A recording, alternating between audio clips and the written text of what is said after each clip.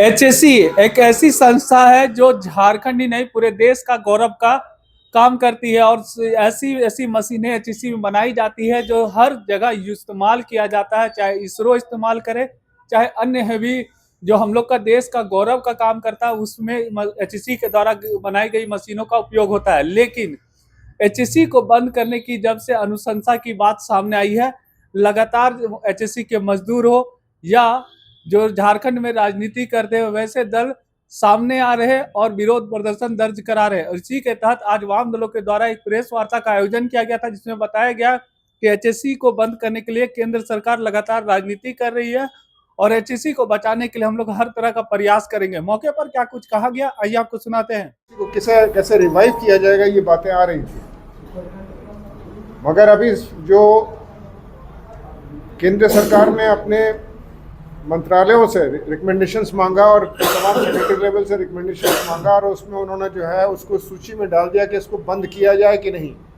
ये अनुशंसा मांग रहे थे। और ये अनुशंसा जो है वो मिनिस्ट्री की तरफ जा रहा है अभी कि इसको बंद किया जाए, इसकी प्रक्रिया शुरू की जाए। ये बहुत भयावह परिस्थिति है, एक साजिश है।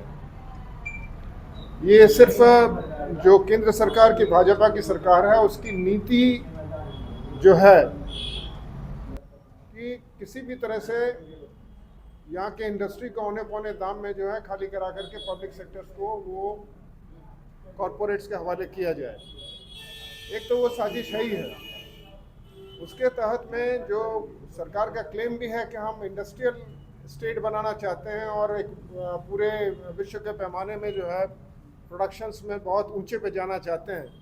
वो एचईसी जैसे मात्र उद्योग के अलावा जो है संभव भी नहीं है, क्योंकि यहाँ जितने भी हमारे बहुत बड़े बड़े इंडस्ट्रीज़ हैं, इसरो से लेकर डीआरडीओ आप लोग सब जानते हैं, जो कि बहुत इम्पोर्टेंट हमारे उद्योग है सारे के सारे, उनको भी ये इक्विपमेंट्स बना करके सप्लाई करके देते हैं। सारा इंडस्ट्रीज जो है इसके ऊपर टिका रहता है, हेवी इंडस्ट्रीज जो है इसके ऊपर टिके हुए रहते हैं। एचईसी में प्रोडक्शन नहीं होने के पैमाने में बहुत सारे जो है उद्योग जो है कोयला से लेकर के बहुत सारे सेक्टर्स जो हैं वो डिपेंड करते हैं प्राइवेट के ऊपर, मगर उनको वो क्वालिटी प्रोडक्ट नहीं मिल पाता है। और जब एचईसी के अंदर ये सारा प्रोडक्शन होता है तो सब वो एचईसी से ही से जो है सामान लेते हैं। एचईसी ने करोड़ों रुपए कमा करके इनको दिया, सरकार को दिया, परंतु अभी ना इसका ये जो वर्किंग कैपिटल है उसको क्लियर कर रहे हैं, ना ही इनका जो स्टेट बैंक में जो इनका जो गारंटी बैंक गारंटी है उसको लटका के रख दिया इन्होंने, जो कि कोई बड़ी बात नहीं है। बैंक गारंटी तो छोटे छोटे व्यापार के अंदर के बैंक गारंटी मिलती है, मगर केंद्र सरकार इसकी अनुमति नहीं दे रहा, उस पर रोड़ा अटका रखा हुआ है। ऐसे परिस्थिति में ये चाह रहा है कि इसका गला घोट दिया जाए, ना इसको वर्किंग कैपिटल दिया जाए, ना काम दिया जाए और ना ही किसी तरह से इसमें इसको उत्साह दिया जाए।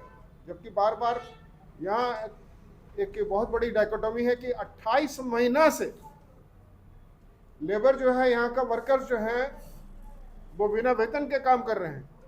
प्रैक्टिकली 1 महीने का वेतन उनको मिलता है तो अपना घर चलाते हैं किसी तरीके से। वो 28 महीने का एक एक करके जमा हो गया है, उसके बाद भी वो निरंतर काम करते जा रहे हैं और अभी प्रोडक्शन जारी है। ऐसा नहीं कि कारखाना बंद हो गया है, जो भी ऑर्डर आ रहा है उसको पूरा मीट कर रहा है, ये सप्लाईज अपना कर रहा है, सब कुछ कर रहा है।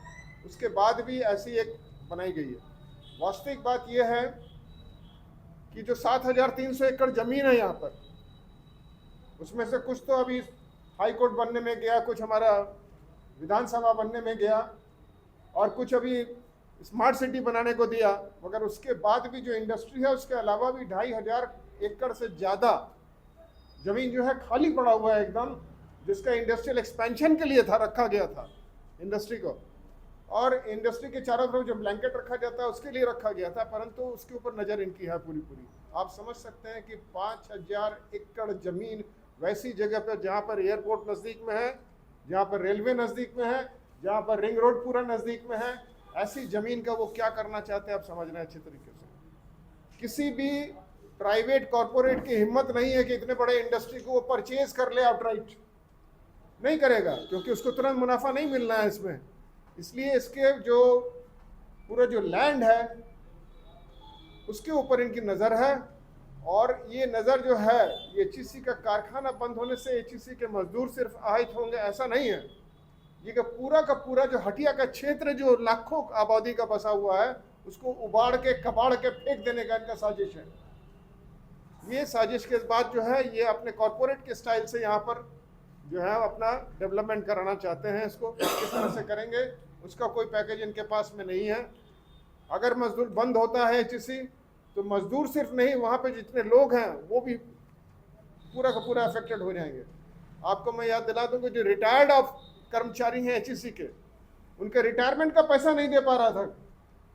उनके रिटायरमेंट के पैसे के एवज में उनको क्वार्टर्स दे के कंपनसेट करने का काम किया काफ़ी हद तक। तो वो क्वार्टर्स जो है उनको खाली करवाएगा सब।